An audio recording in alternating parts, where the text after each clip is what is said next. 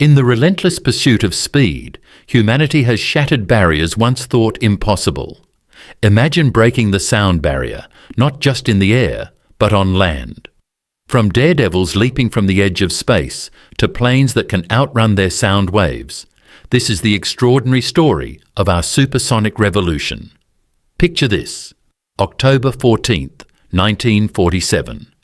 The Mojave Desert falls silent as a bullet-shaped aircraft called the X-1 screams through the thin air, 45,000 feet above the Earth.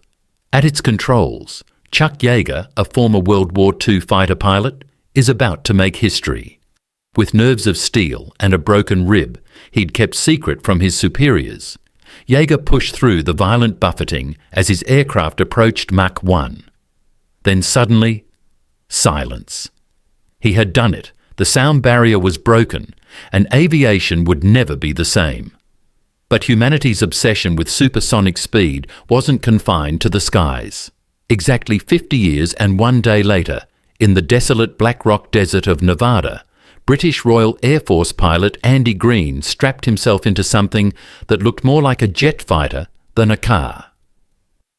The Thrust SSC, powered by two massive Rolls-Royce Spey turbofan engines, thundered across the desert floor at an astonishing 763 miles per hour, creating twin sonic booms that echoed across the landscape. Green had just become the first person to break the sound barrier on land. The dream of supersonic passenger travel materialized with two legendary aircraft, the Soviet Tupolev Tu-144, nicknamed Concordski, and the iconic British-French Concorde. These magnificent machines could cross the Atlantic in just 3.5 hours, whisking passengers from London to New York at twice the speed of sound. But this luxury came at a staggering cost.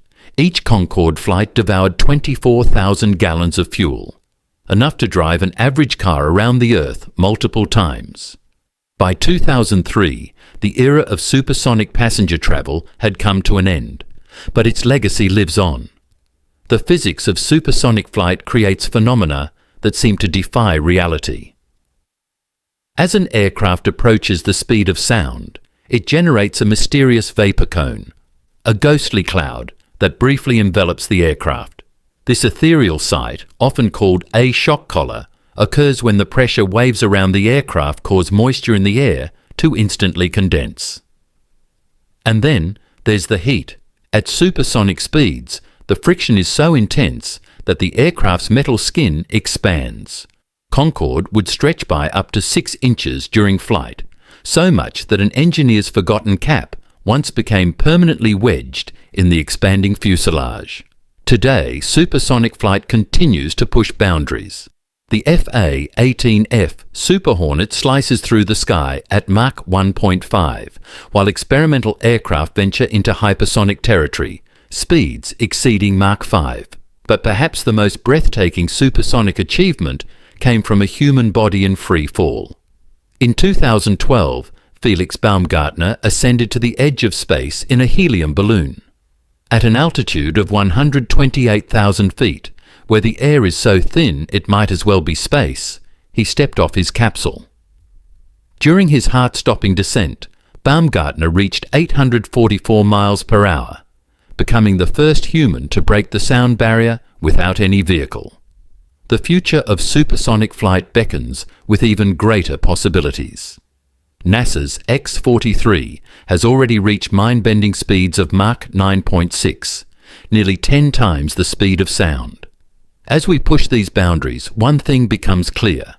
In our eternal quest for speed, the sound barrier was just the beginning.